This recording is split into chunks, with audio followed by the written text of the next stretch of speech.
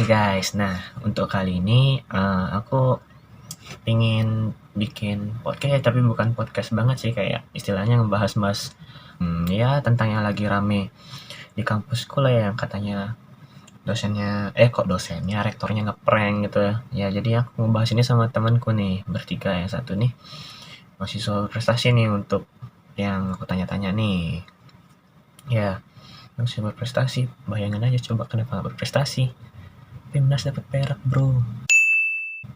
Habis itu dari Jepang pulang-pulang bawa ini golden reward, lomba-lomba ya kayak tulis gitulah pokoknya. Nah, habis itu IPK-nya 4. Anjay, nggak. Oh ya, walaupun aku juga masih berprestasi sih. Ya udahlah, lanjut aja lah ke ngobrol-ngobrol sama dia lah. Nah, nah, nah, udah sama ininya nih, bintang tamunya nih, Bintang tamu. Pramanda. Terus ini Halo. Joni nih, yang nemenin Oh, aku Co-host. buat nanya-nanya. Nah, kalau aku lupa kan emang suka-suka lupa nih. Gimana Nan? Kabar baik Nan? Baik, aman. Kegiatan sekarang apa nih selain ngegabut? Selain gabut, biasalah kegiatan kita di rumah. Kayak masak lah atau apalah. Masa sih? Face shieldnya gimana tuh? Udah lancar? Udah selesai. Udah selesai. Oke. Amin ya, selesai. Berarti proyekku aja yang belum selesai nih ya. Belum ya? Masalah sensornya nih karena nggak ada yang beli. Bukan nggak ada stok barangnya, lagi kosong. John, gimana John? Apa kabar John? Baik. Nyangkut di Bali ya? Apa? Nyangkut di Bali ya? Nyangkut. Bukan nyangkut sih, lebih memilih untuk stay di tempat awal berada aja. Ya walaupun susah juga hidup di sini kan jadinya. Ya. Ini udah pada tahu kan apa namanya tuh yang lagi rame nih sekarang nih di Unut? Tentang ini, tuntutan mahasiswa itu. Ya, itu dah. Nah, sama yang video itu kan. Iya, baru kemarin tuh kan? Kemarin kan salah. Ya. Tanggal 2 Juni ya. Nah, sebelum masuk ke sana. Kemarin tuh hari ini ya? Kemarin. 2 Juni ya. Ini Nan, sebelum masuk ke sana tuh, gimana sih pendapatmu tentang belajar yang dilakukan daring ini? Apa ini termasuk keputusan yang tepat bagi pemerintah atau gimana? Untuk opening gitu. Kalau melihat kondisi sekarang ya, kan memang COVID-19 ini virusnya tipenya, pertama dia memiliki daya penularan yang, pertama kita tahu dia tuh dari human to human kan. Iya. Nah, dari situ kita tahu virus itu udah bahaya. Nah, kedua, selain itu tingkat penyebarannya juga lebih tinggi daripada virus-virus yang ada sebelumnya, seperti SARS, MERS, dan lain-lain. Dimana yang dibilang sih tingkat reproduksi rate gitu ya. Jadi dia tuh seberapa dayanya, jadi satu individu yang positif bisa menginfeksi berapa orang itu sekitar 3,28, itu paling besar daripada yang lainnya. Nah, dari situ menurutku kebijakan pemerintah itu ya sudah sangat tepat untuk mengeluarkan kebijakan work from home dan study from home gitu. Nah, karena untuk menekan ini kan, menekan penyebarannya. Penyebaran ya. Itu kan katanya virus ini kan udah dari lama ya? Nah, itu kan ada sedikit kejanggalan data yang ditemukan oleh Intelligence Amerika waktu itu. Jadi ya itu cuman dia nggak terlalu detail. Ya nggak apa-apa, lanjut. Ya nggak terlalu detail sih saya waktu itu ya. Cuman baca beberapa artikel bahwa memang ada konspirasi istilahnya. Tapi sebenarnya konspirasi karena kita nggak tahu data fakta aslinya kan. Karena berita itu cuma bilangnya ya Intelligence Amerika bilang lah gitu aja. Jadi di situ dibilang bahwa sebenarnya penyebaran virus ini udah ada dari awal, tapi Cina, negara RRC ya, RRC ini kayak seolah-olah bersekongkol sama WHO yang bilang bahwa Cina ini berhasil kok nahan virus ini di sini aja gitu loh istilahnya. Dan juga data inisiasi awalnya tuh ditutupi istilahnya, makanya penyebarannya nggak terkontrol akhirnya gitu. Oke. Ya. Nah, ini kan kalau kondisi kayak gini nih kan pariwisata lumpuh gitu kan enak ya. Ya. Banyak juga orang tua yang apa namanya kerjanya itu dari pariwisata gitu, misalnya ada yang pendapatannya menurun drastis. Lagi di Bali gini, Iya bener tuh. pariwisata sangat tinggi gitu kan buat pekerjaan. Itu dah. Nah, gimana sih pendapatnya itu kalau sekarang misalnya kampus tetap nggak memberi keringanan? Kalau kampus-kampus luar itu kan udah diberikan keringanan tuh, kayak penurunan UKT atau misalnya ada yang nggak bayar gitu kan. Nah, tadi di universitas lain udah dibaca gitu kan, ada yang memberikan penangguhan UKT atau keringanan diskon. Itu Sebenarnya ini memang masalah yang besar ya, karena di satu sisi UNUT itu adalah perguruan tinggi yang masih di bawah kementerian kan gitu, jadi dananya dikelola istilahnya masih ketat diawasi oleh pemerintah, yang dimana artinya dia tuh belum punya kewenangan penuh terkait itu gitu. Bentar lu, Cok. Nah, Bentar lu, tapi Cok. Aku ngecek dulu. Tadi sampai mana? Nah, tadi itu yang pendapatan apa namanya? Pendapatan orang tua. Ulangin nggak bisa dari gitu langsung. Tadi kan di ini ada iklan tadi dikit tentang pariwisata. Ulangin dah. Oh iya ya. Memang sih agak gini tuh. Di satu sisi yang lain, tadi kan udah disebutin bahwa tadi kan universitas di bawah kementerian dan juga diawasi. Tapi sisi lain juga mahasiswa yang dimana kebutuhan apa namanya, ada resesi ekonomi ya gitu ya. Iya. Jadi khususnya orang-orang yang di Bali kan sebagian besar orang tuanya kerja di mungkin di industri pariwisata gitu. Nah itu memang sebenarnya kalau aku dijadiin di posisinya rektor gitu, ya aku juga bingung gimana ngelola dari dana-dana yang sudah mengalir tersebut gitu loh. Iya, benar. Memang sih keputusan awalnya ada keputusan awal rektor tuh yang mungkin menurutku yang agak tidak diperhitungkan sebelumnya mungkin ya. Jadi kan keuangan rektorat tuh nggak tahu secara detail gimana. Tapi mungkin aja alokasi dananya kurang tepat gitu loh. Mungkin makanya dana-dana yang seperti bantuan kepada mahasiswa atau dana-dana yang lebih ke intern tuh mungkin ya diabaikan. Nah ini kan spekulasi kenapa seperti ini, kenapa juga rektor tuh agak menghindar lah dari bantuan yang akan diberikan. Nah tapi di situ juga kita lihat bahwa mungkin aja alokasi dana yang dilakukan itu lebih ke gimana ya, keluar gitu. Jadi seperti dana-dana malahan untuk meningkatkan kinerja biasanya kan. Biasanya itu digunakan untuk seperti pengabdian masyarakat dan lain-lain, seperti ya proyek-proyek yang kita lakukan itu salah satu dana alokasi gitu. Benar. Iya. Cuman gitu loh. Gini loh. Cuman itu kan aku ngomongnya nggak terlalu berdasarkan fakta ya, cuman spekulasi karena memang yang ku tahu itu bahwa alokasi dana akibat banyaknya acara yang dibatalkan di rektorat itu besar kali ke pengabdian masyarakat untuk COVID ini. Iya. Dibandingkan dengan alokasi di fakultas, itu aja yang ku tahu sih. Jadi spekulasinya begitu gitu. Iya, kayak kemarin itu berapa kita ada bilik ya? Banyak banget tuh ada bilik tuh.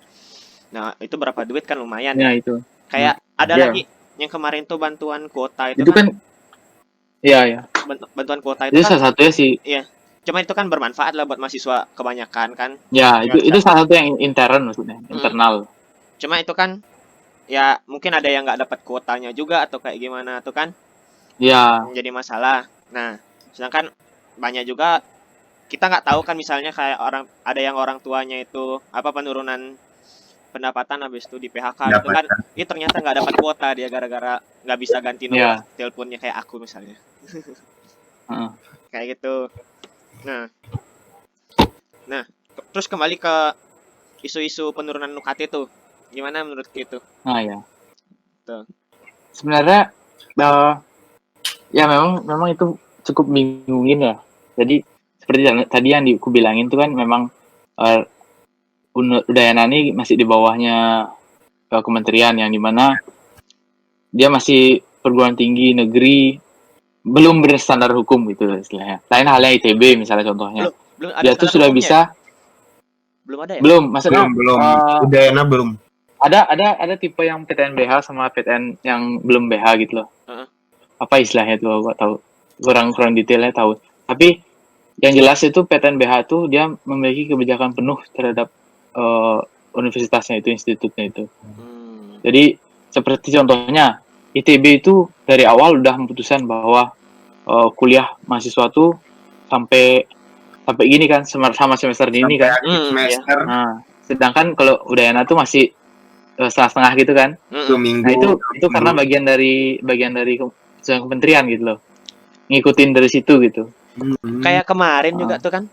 Ada juga dikeluarin SK apa tuh ya yang semester panjang tuh tahu? Oh ya, itu. Ya, di semester Itu panjang. dari ini kan tuh, kementerian kan. Nah, itu ya. Itu aku nggak ngerti juga maksudnya itu kayak gimana, itu bakal beneran diwujudin atau enggak gitu loh.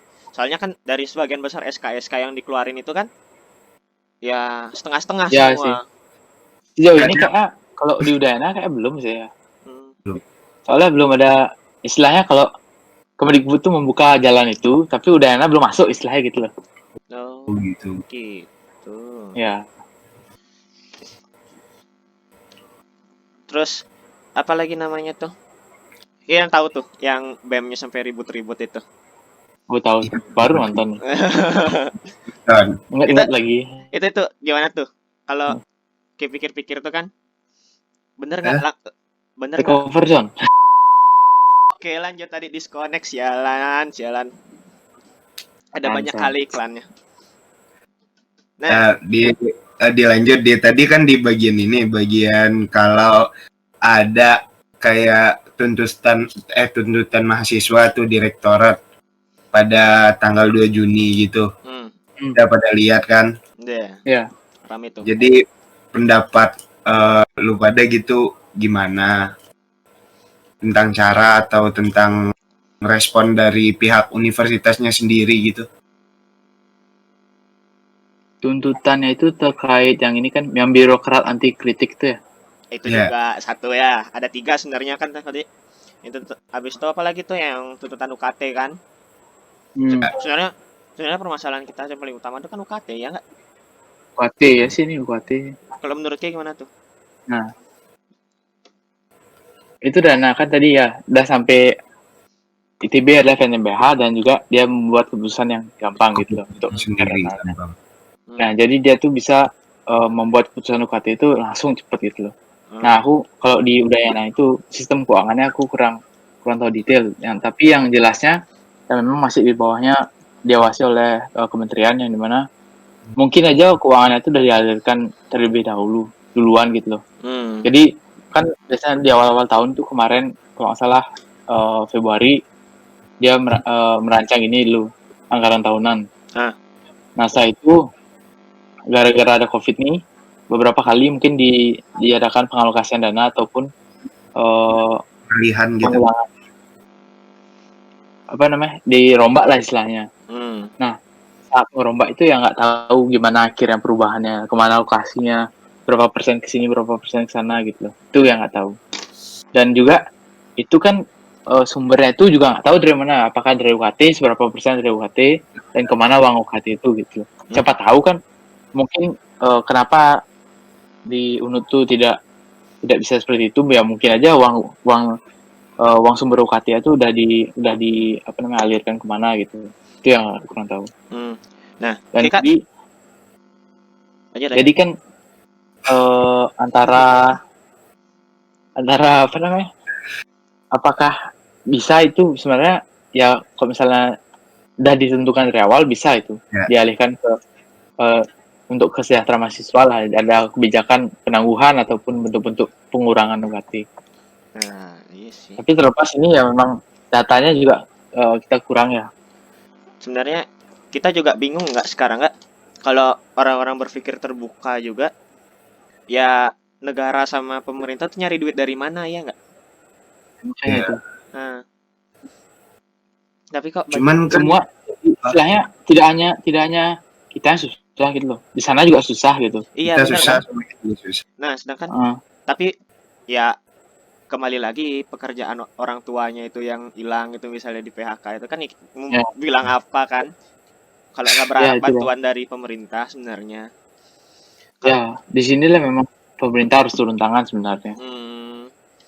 nah terus Tapi katanya yang kemarin dari ini gue baca nih dari tentang kayak ada apa kejadiannya kemarin tuh hmm, Ya. eh, malah kayak dibilang rektor itu tidak mendengarkan sama sekali, bukan kalau misalnya caranya itu didengarkan dulu aspirasi dari mahasiswa ini terus dicarikan jalan keluarnya tentang hasil akhirnya bagaimana, itu kan seharusnya lebih kayak diterima sama Iya, iya. mahasiswa-mahasiswa gitu.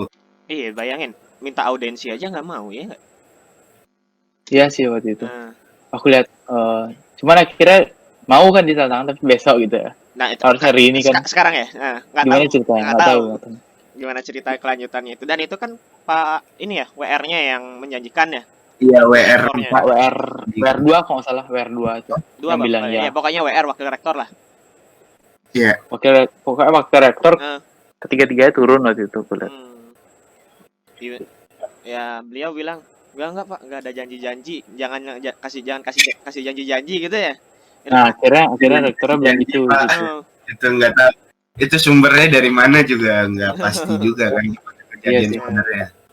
Gitu nggak ngerti juga sih sebenarnya iya antara Sebenarnya rumit tuh ya iya. juga karena apakah sebelumnya ada audiensi yang udah dilakukan oleh BEM juga kita nggak tahu.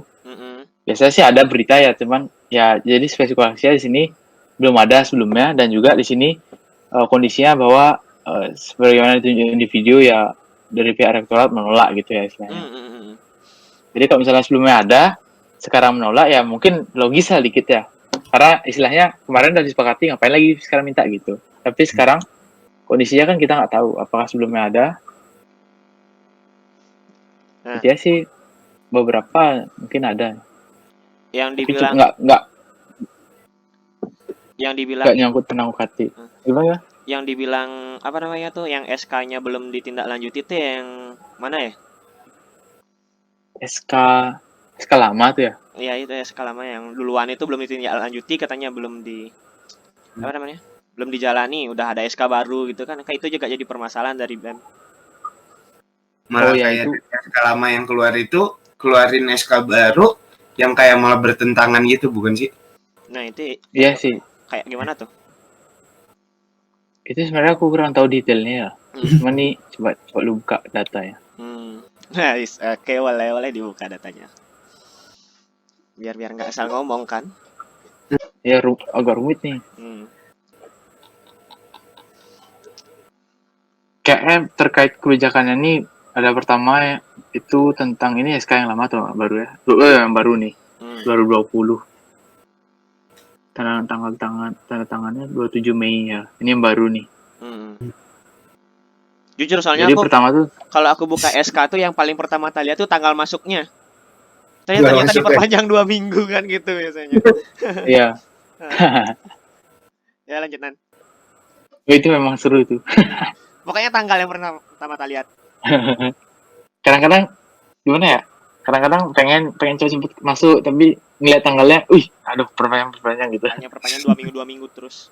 Kamu sekalian kayak sampai semester akhir sampai UAS selesai kan? Harusnya dari awal ya, cuman udah. Nah, sekalian nggak ada UASnya. Ah, kalau itu aku setuju John, itu aku setuju. Kayak anak SD nggak ada ulangan umumnya, Cuk. UN ada. Lulus jalur corona. Ya Nan, gimana tuh Nan? Yang pertama itu tentang penyesuaian pembayaran UKT tunggal bagi mahasiswa. Itu habis itu yang kedua tentang mekanisme penurunan UKT. Nah, dua aja. Tapi yang lama itu mana dia? Coba kita buka dulu. Ada juga aku nyempet baca apa di SK yang duluan tuh yang tentang UKT 12 tuh digratiskan gitu kan. 345 50% tuh kalau salah ya. Itu tuntutan kayaknya deh. Tuntutan itu bukan SK ya, Bu? Bukan SK, Oh. tuntutan. Bukan. Iya. Itu udah tuntutan. Kan ini dari data yang dikumpulin sama ini pihak BEM. Kan dari 1.300 responden gitu kan. Iya. Penurunannya itu kalau dihitung-hitung juga berasa yang ekonominya turun dari sampai 50% lah, dari biasanya itu hampir sekitar 30% lebih, dan bahkan yang orang tuanya di PHK ada sekitar 3% gitu. Itu dari responden aja, belum dari seluruh mahasiswa UNUD kan. Oh iya, juga nyempet baca tuh. Terus apa namanya? Kalau yang data penurunan UKT itu kan, kalau yang sebelumnya itu kan, yang keterima cuman berapa itu, 31% kalau nggak salah dari total mahasiswa. Iya. Iya nggak?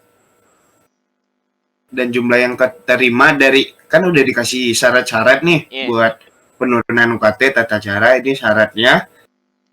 Dan yang menurut orang-orang tuh memenuhi syarat kayaknya sudah banyak, cuman yang lolos dari itu semua cuman dikit banget gitu. Iya, itu dia. Makanya untuk apa namanya, kemungkinan turun UKT di ini biasa aja udah kecil banget, apalagi kayak gini kondisinya kan. Gimana tuh? Sih. Kalau ini juga memang ya, kalau sepengetahuanku tentang mekanisme penurunan UKT itu memang prosesnya panjang kali. Jadi pertama pengajuan oleh posko kan. Nah, kalau misalnya pengajuan oleh posko tuh nggak tahu ya. Cuman kemarin pengalamanku sih di pengajuan di dekanat langsung ya. Mungkin mekanismenya sama. Jadi dari posko dialihkan ke dekanat mungkin ya, ke fakultasnya. Nah, itu dia perlu di review dulu sama dekannya.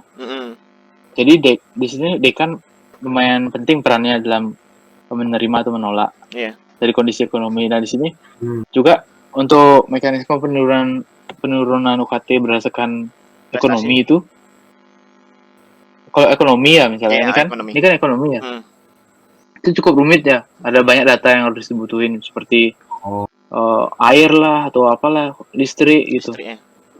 Sama kayak kita masukin data waktu nentuin UKT di awal gitu loh. Jadi dibandingin itu, jadi memang lumayan rumit itu mekanisme penurunannya. Mungkin aja ya, jadi spekulasi ya, mungkin yang tidak diterima itu datanya kurang lengkap atau ada kesalahan dalam pengajuannya. Kayak gimana tuh?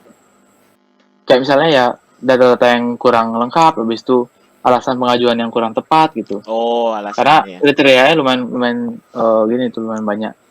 Karena menyangkut biasalah uang kan, susah lah. Duit. Banyak seksi-seksinya segala macam ya. Iya. Iya, berarti banyak emangnya. Kalau yang prestasi itu kan agak gampangan ya? Apa sama kayak sama ekonomi? Yang prestasi lebih gampangan sih, karena cuman lampirin piagam aja. Karena ini kan kalau prestasi itu kesepakatan istilahnya. Jadi janji itu. Oh ya. Iya, janji. Ya memang bentuk janji sih itu. Karena misalnya waktu kemarin aku ikut Bimnas tuh, jadi dari dekan janji turunin gitu. Nah itu memang udah kesepakatan lah istilahnya. Jadi gampang tinggal lampirin ijazah langsung lulus lah gitu ya berarti. Nah itu pun lama prosesnya juga. Sampai setahun nggak? Jadi enggak sampai setahun. Lama itu maksudku waktu mau bayar loh. Aku masih nunggu dulu disetujui. Lah aku dari kemarin bulan apa tuh aku berangkat ya, sampai sekarang belum turunan. Iya memang lama. Nanti paling pembayaran berikutnya baru diturunin. Iya sih. Iya, aku sabar aja sih, aku polos anaknya. Nah, terus apa namanya, kan ada mahasiswa yang tingkat akhir nih. Iya. Nah, kalau itu masuk akal nggak sih sebenarnya kalau misalnya kita bukan kita sih maksudnya, rektornya itu atau pihak rektorat itu memberikan apa namanya pembebasan UKT gitu untuk semester akhir? Sebenarnya harus pertimbangannya nggak cukup kalau misalnya dia cuman karena pandemi ini ya. misalnya ada orang yang mampu bayar UKT, Hmm. tapi dia karena pada pandemi gini penelitiannya katakanlah terhenti 50%, Nah, ya. Iya. tapi masih bisa dia lakukan gitu. Karena kan mungkin dia udah melakukan penelitian tapi tinggal nulis skripsi aja. Nah itu kan skenario-nya tidak perlu istilahnya gitu loh, tidak perlu penurunan. Jadi di sini untuk mekanisme kayak gini, kalau misalnya dipukul rata semuanya, Nggak bisa mungkin ya. rektorat akan merasa keberatan ya. Ya, Jadi harus ada proses screening yang sama dengan penurunan UKT gitu sih menurut. kalau kita berbicara duit gitu, sebenarnya ini kan masalahnya duit ya kan? Ya, rumit. Luas banget sebenarnya Nan. Kalau Luas. Nah. kalau anak-anak lomba itu pasti ngerasain kan? Ya. Ya itu. Nah, apalagi sekarang kayak gini kondisinya mau bayarin apa ngegratisin UKT seluruh mahasiswa atau diskon UKT seluruh mahasiswa itu. Berat Ya juga tuh. sebenarnya. Berat tuh sebenarnya. Sebenarnya Berat kalau kita banget. pikirin ya. serba salah ya jadi rektor tuh ya. Iya memang. Kita berpikir tengah-tengah loh. Ya. Soalnya aku nggak pernah lah, jujur nggak pernah ikut demo-demo karena kemungkinan tadi itu ribut banget tuh kan, rame banget tuh. Iya. Tertarik pengen ngobrol-ngobrol gitu kan. Loh, kok orang-orang itu pada apa namanya menyuarakan gitu loh, padahal sebenarnya Tidak memikirkan dari sudut pandang lainnya juga. Bener juga, ya tapi nggak menyalahkan juga teman-teman yang menyuarakan gitu kan. Mungkin menyuarakan itu bagus. Buat teman-teman itu kan apa, anak teman-teman BEM itu kan pasti membela teman-teman yang apa misalnya orang tuanya di PHK atau yang merasa membutuhkan lah bela. Iya nggak menurutmu kan? Iya sih, benar-benar. Tapi yang salah itu nggak tahu apa-apa tapi ikutan demo. Nah itu salah. Dia itu salah lu. Itu salah tuh. Jadi dia tuh kayak tahu nggak kondisi di Amerika sekarang ya? Nah itu kayak gimana? Coba ceritakan dikit. Kalau misalnya kan ya, jadi ada ceritanya tuh yang ada orang ya, George Floyd tuh dia kan kulit hitam. Jadi dia ditangkap oleh, masih spekulasi istilahnya. Oh yang ini. Oh iya terus. Jadi kan ditangkap tuh, habis itu dia meninggal loh. Nah akhirnya kan protes tuh di mana-mana. Tapi mereka protes untuk keadilan. Iya benar. Tapi yang mereka lakukan adalah ketidakadilan dengan ngapain coba? Ngejarah kan? Ngejarah semakin hancur ekonomi. Ngejarah gimana? Iya kan dia kan kayak minta rame-rame nih, langsung masuk ke toko-toko gitu, kayak naik misalnya toko dibuka, hancurin, diambilin barang-barangnya. Iya. Tapi kenapa kasihan juga toko-tokonya itu yang digituin? Iya, itu mereka lakuin jadinya.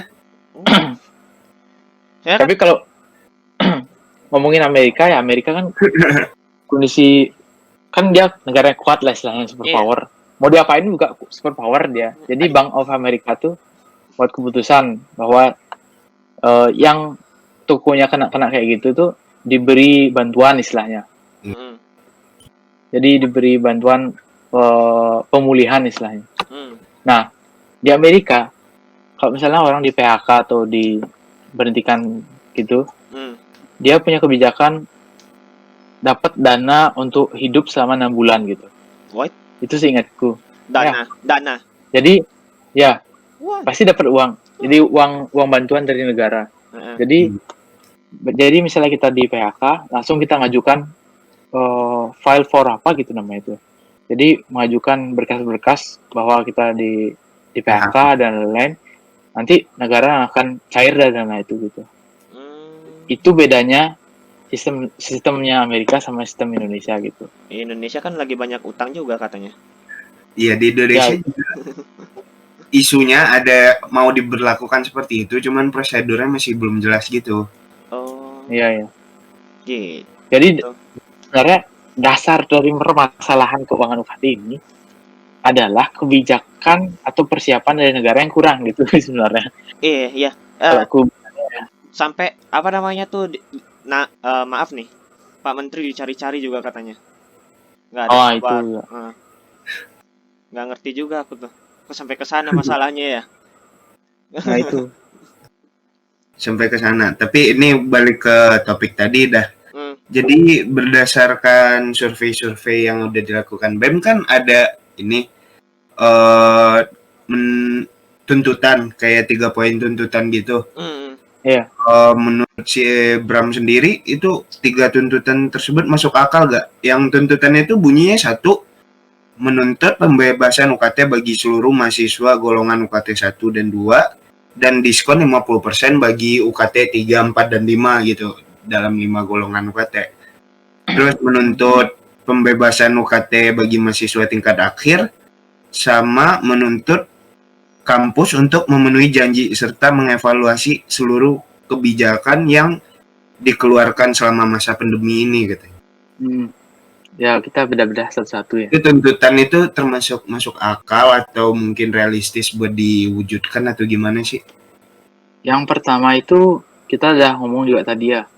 Susah direalisasikan gitu. Nah ini pandangan seorang Bramanda lo ya.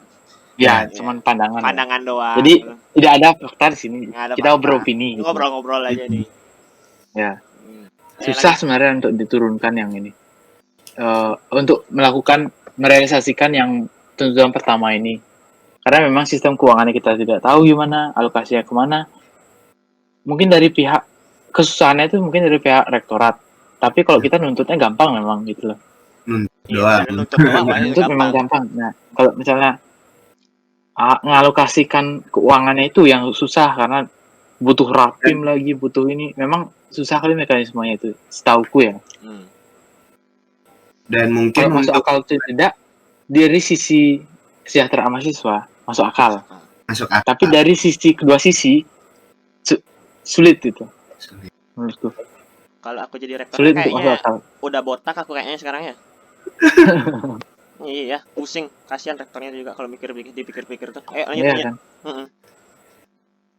Terus kalau misalnya dari yang poin kedua itu menuntut kebijakan pembebasan UKT bagi mahasiswa tingkat akhir yang penyelesaiannya studinya terhambat karena pandemi. Iya. Ya memang ini sebenarnya mekanisme untuk penurunan itu tidak bisa dipukul rata karena kita tidak tahu sistem kondisi ekonomi yang dimiliki oleh orang tua mereka. Misalnya orang tuanya malahan malahan bisnisnya semakin ramai gitu ya istilahnya. Kan bisnis masker bagus ya. Lanjut. Itu ya contohnya. Jadi harus ada proses screening lah untuk ini juga menurutku karena kita juga tidak tahu kondisi penelitiannya gimana, apakah penelitiannya butuh data yang secara lapangan gitu ataupun penelitiannya cuma dilakukan di rumah. Misalnya kalau misalnya di teknik itu ada penelitian secara simulasi, ya kan cuma di rumah aja tuh memang. Iya benar. Nulisnya di rumah, simulasi engineering di rumah. Cuman gitu aja. Cuman di rumah aja ya istilahnya. Hashtag di rumah aja. Jadi kalau misalnya dipukul rata itu akan menyebabkan memang dia ada prinsip equality sama equity kan gitu. Iya. Equality memang tercapai jadi semua orang dapat gitu, tapi akan terjadi inequity, jadi ketidakseimbangan. Yang kita harapkan kan equity. Equity di mana semua orang tuh sama istilahnya gitu. Iya. Ya, itu yang makanya dibutuhkan proses screening. Terus yang ketiga, nuntut kampus untuk memenuhi janji serta mengevaluasi seluruh kebijakan. Nah, ini masuk akal menurutku. Itu masuk akal. Karena memang sebelumnya kampus tuh ada janji-janji seperti ya tadi kuota kan gitu. Kuota sampai bulan Juni juga ada itu yang. Iya kan gitu. Itu memang kalau ngomong kebijakan tuh memang harus dipenuhi gitu. Kalau enggak ya memang kayak gini terjadi faktanya. Apa namanya? Efeknya kan gitu. Iya. Tapi kuota lu masuk aja. Kuota lu masuk nggak bulan Juni? Kuota yang bulan ini enggak, cuman bulan April sih udah masuk. Juninya nggak ada. April masuk. Mei Juni nggak ada sih. Aku 3 bulan nggak ada masuk nih Pak. Ya udah. Kayak mengeluarkan kebijakan gitu ya harus kalau emang dipikirin matang-matang dulu kan, dan harus bagaimana buat realisasinya ntar. Nggak dituntut. Itu yang harus paling penting tuh. Iya. Realisasiannya itu gimana metodenya. Kan itu juga salah satu yang dituntut sama pihak BEM-nya juga ya. Iya. Hmm. Nah itu. Jadi yang ketiga itu masuk akal menurutku. Yang nomor 3. Aku jujur kaget yang lihat nomor yang 1. dikeluarkan ini dulu yang harus dituntaskan kan. Iya. Jadi janji yang sudah ada ya tuntasin gitu. Tapi kan Nomor 1 tuh kaget aku lihatnya. oh yang itu apa namanya? Penurunan UKT itu ya. Ya, aku nggak tahu. Aku nggak ada nuntut itu gitu loh istilahnya. Iya. Tidak semua mahasiswa menuntut itu gitu. Iya benar. Ya kan? Tapi mungkin datanya dari nggak tahu dari mana, berapa orang yang nuntut nggak tahu. Beberapa responden sih katanya. Ya mungkin dari datanya dari responden yang merespon itu kan. Iya. Respon itu diambil dari kuesioner gitu berarti ya? Iya. Sepertinya ya dari data final ini. Apakah itu valid banget juga nggak bisa dikatakan valid banget, gak ada kayak data statistik pastinya juga sebenarnya sih kalau dari responden kayak gitu kan. Nah ini juga ya, kalau misalnya kita pakai apa namanya kayak sistem data gitu kayak kemarinnya kita waktu ngambil UKT berapa itu kan kayak seleksi gitu kan. Nah itu aja banyak pemalsuan data kan. Takutnya orang-orang sekarang juga kayak gitu semua ntar biar nggak bayar UKT ya nggak? Iya sih banyak. Takutnya gitu. Malah nggak tepat sasaran semuanya kan. Kalau cuman jawab lewat Google formulir itu kan gampang sekali sebenarnya. Iya. Nah itu sebenarnya Wah, gimana aku sih pengen gini, buat gini. Gimana caranya biar enak gitu, biar sama-sama enak, yang benar-benar yang membutuhkan gitu yang dapat itu yang masih belum terpikirkan ya. Iya. Itu yang susah guys. Aku sampai sekarang nggak terpikirkan. Aku nggak terpikirkan gimana caranya juga. Walaupun ya bukan istilahnya aku di kampus juga nggak terlalu aktif tuh, tapi mikir juga. Mikir Ya, juga. mikir pasti. Sama-sama mahasiswa, sama-sama mikirin kesejahteraan ya.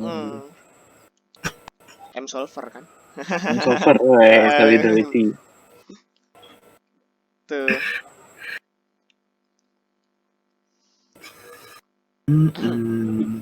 Emang cobaannya berat sekarang semuanya. Iya, aduh. Pihak BEM berat juga, banyak acara yang nggak terrealisasi. Nah, itu kan acara-acara BEM itu kan ya itu apa namanya? Muter uang kan? Iya pastinya. Tapi itu kan acara BEM besar tuh kan yang ngasilin uang tuh JF satu itu. Terus kalau misalnya dipandang dari 3 big event, Student Day juga dapat uang banyak dari gini. Student Day sama DS. Bisa DS dapat ya? DS bukan yang ngabisin uang ya? Dapat tuh. Dapat dana maksudnya dari rektorat. Cuman yang ngasilin tuh ya paling besar UJF. Kenapa aja? Apakah 2020 ini ada Student Day? Online kayak kita. Online. Student Day online udah ininya langsung. Masih belum tahu sih. Langsung bermasalah terus ini aplikasinya, nggak bisa masuk, nggak bisa join gitu. Berapa ribu pak? Angkat buku ya. Angkat bukunya. Kamu angkat. Kamu angkat. Cepat. Tidak di sini. Cepat jangan lari. Cepat jangan lari. Cepat koneksinya. Saya lari kak. Sama satu sih ini kemarin yang masalah BLT. BLT yang bantuan langsung tunai itu. Gitu. Oh iya, aku dengar itu juga tuh, sempat baca. Masalah BLT kan kemarin tuh emang dikeluarin kebijakan bahwa yang dapat BLT itu cuman UKT 1.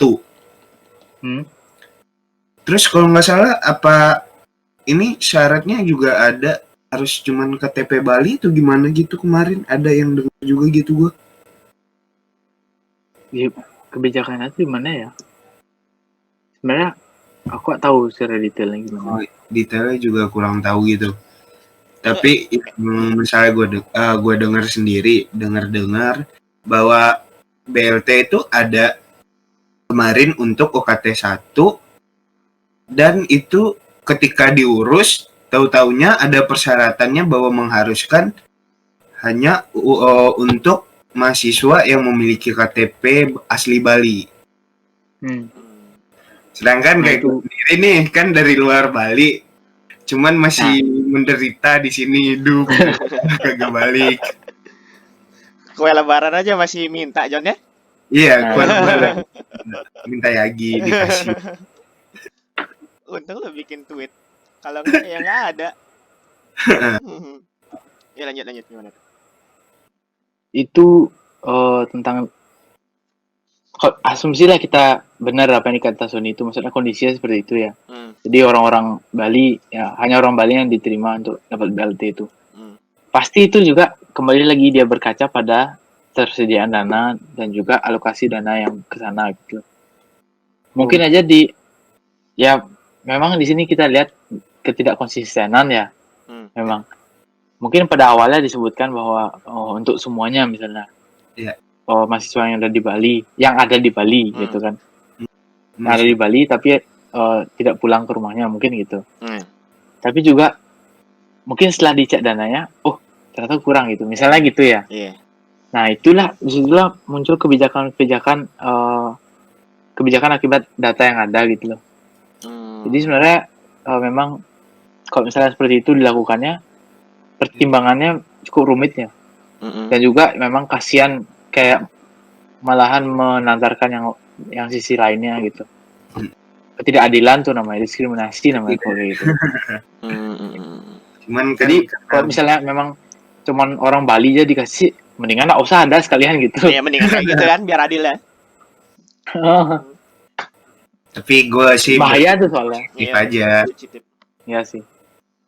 Berpikir positif bahwa dana yang buat BLT itu kemarin mungkin dari Pemprovnya Bali emang dikasih lewat jalurnya kan ke universitas dulu.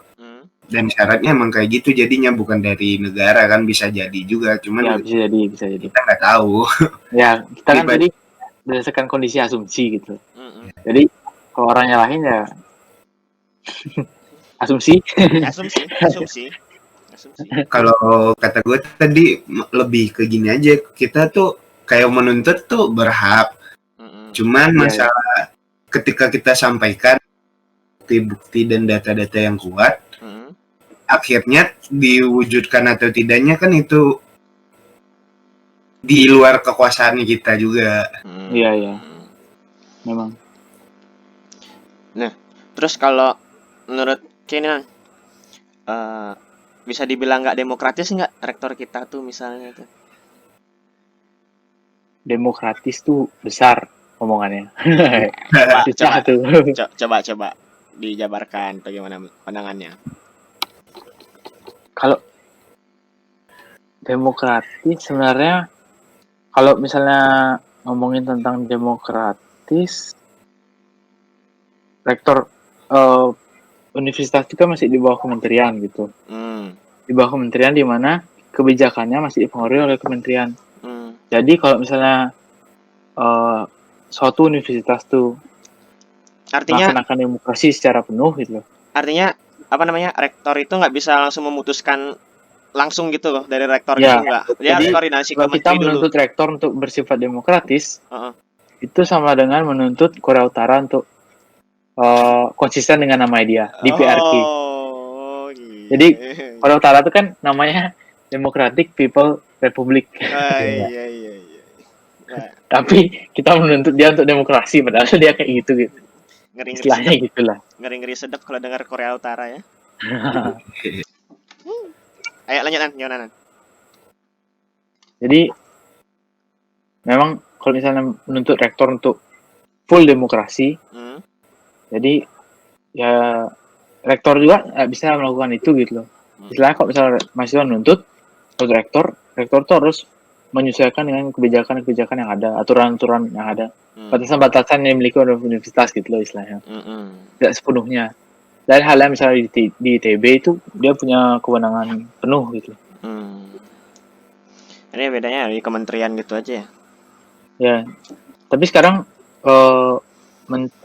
Kemendikbud ya, Nadiem Makarim udah buat keputusan kan kemarin bahwa perguruan tinggi yang ingin mengajukan sebagai PTN-BH itu semakin dipermudah istilahnya.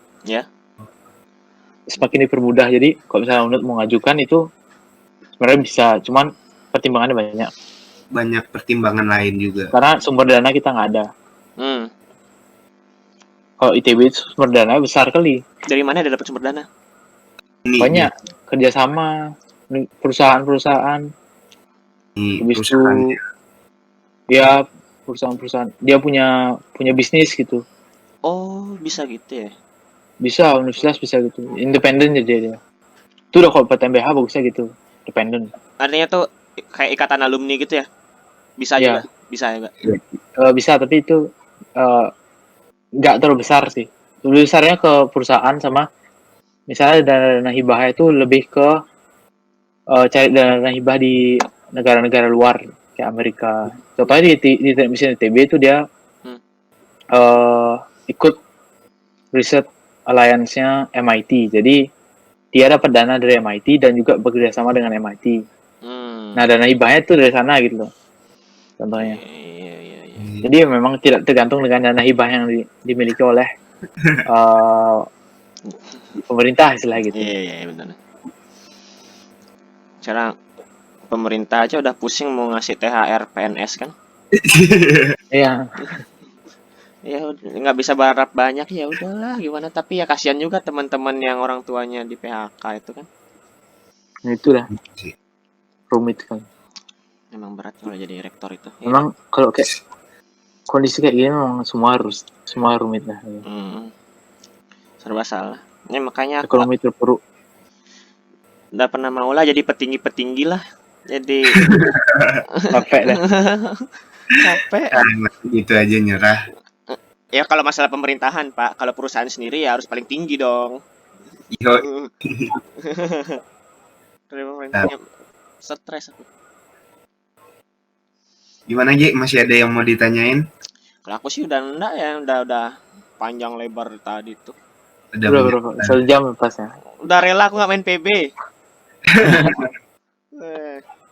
Demi Kapan ngebahas di-upload ini nih? nih. Nah, Ya, Siap. paling cepet lah lagi 2 hari. Jadi kalau menurut gue sendiri sih kesimpulannya di ini, kalau masalah tadi kebijakan bahwa rektor tuh nggak bisa bikin kebijakannya sendiri tanpa persetujuan,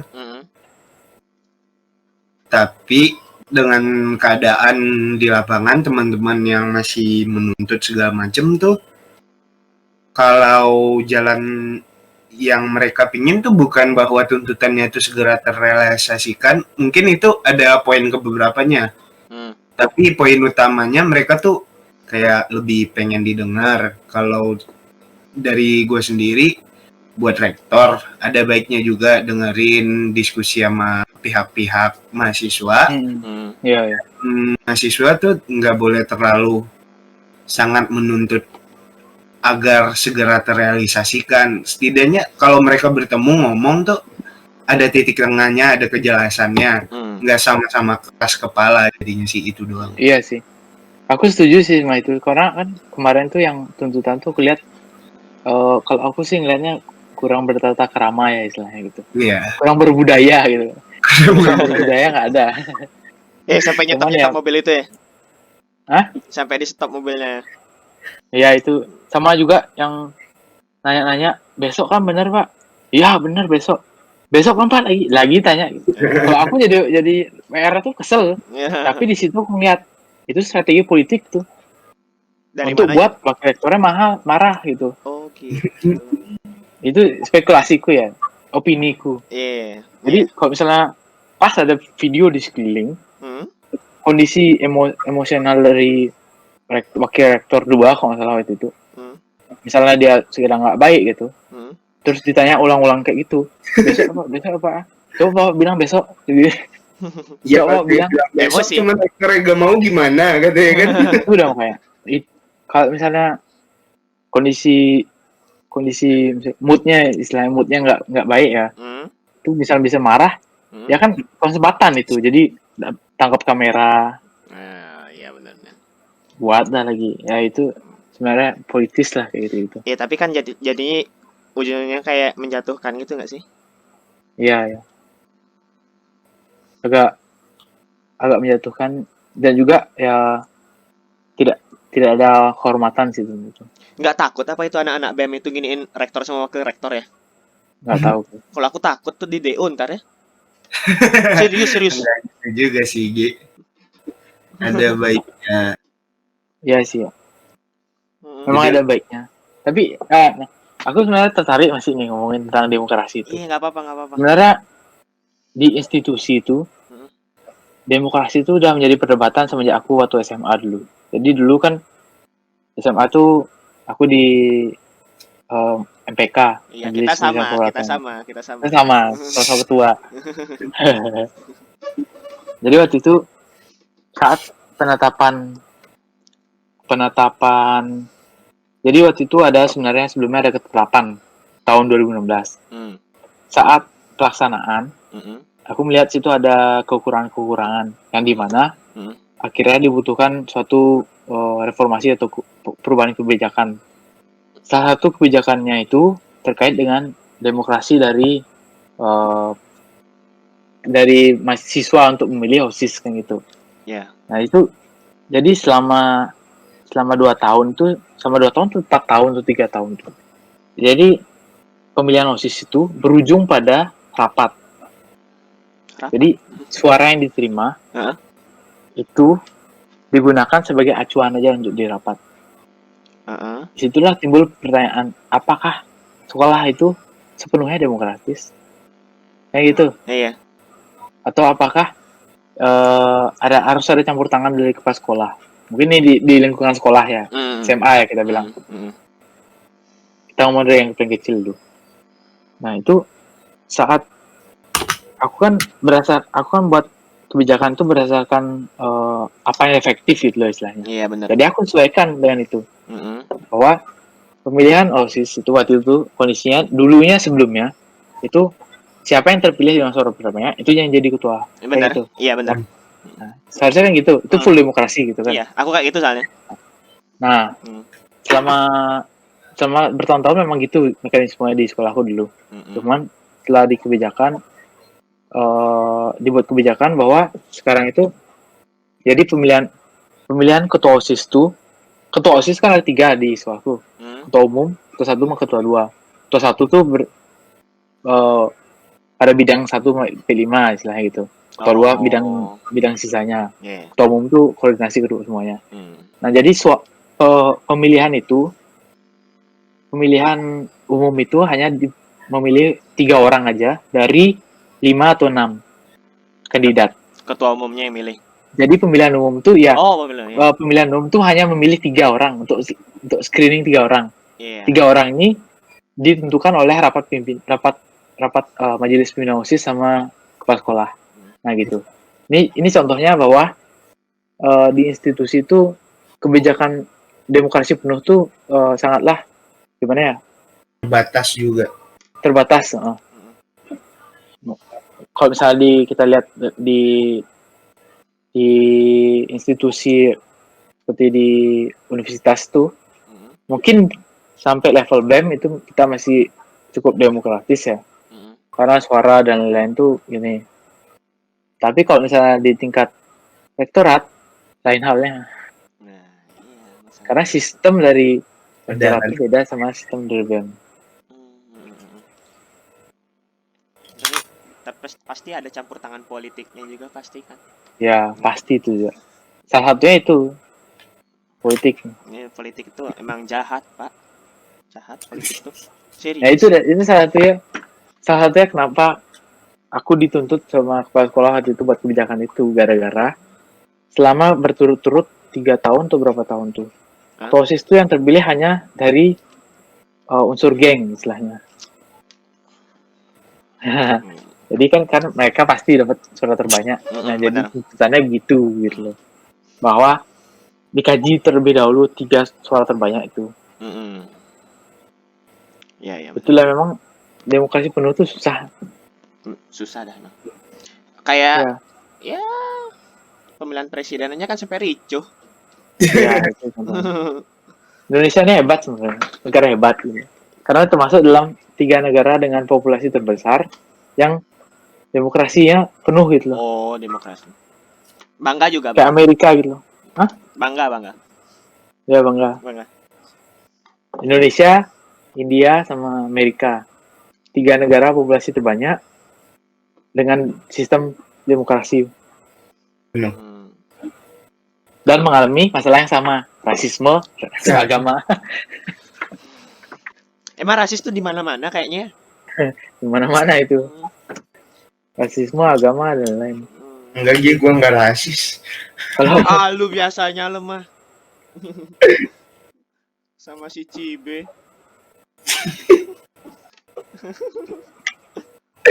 Udahlah. Udah Nggak lah. usah. Lagi sensitif sekarang, ntar. Jangan dulu. jangan kayak gitu. Udah berapa menit nih? 1 jam lebih, Pak. 1 jam Udah lebih. kan lu edit juga. Dah. Ya. Lanjut. Nah, ada lagi yang mau didiskusiin kan nih? Udah.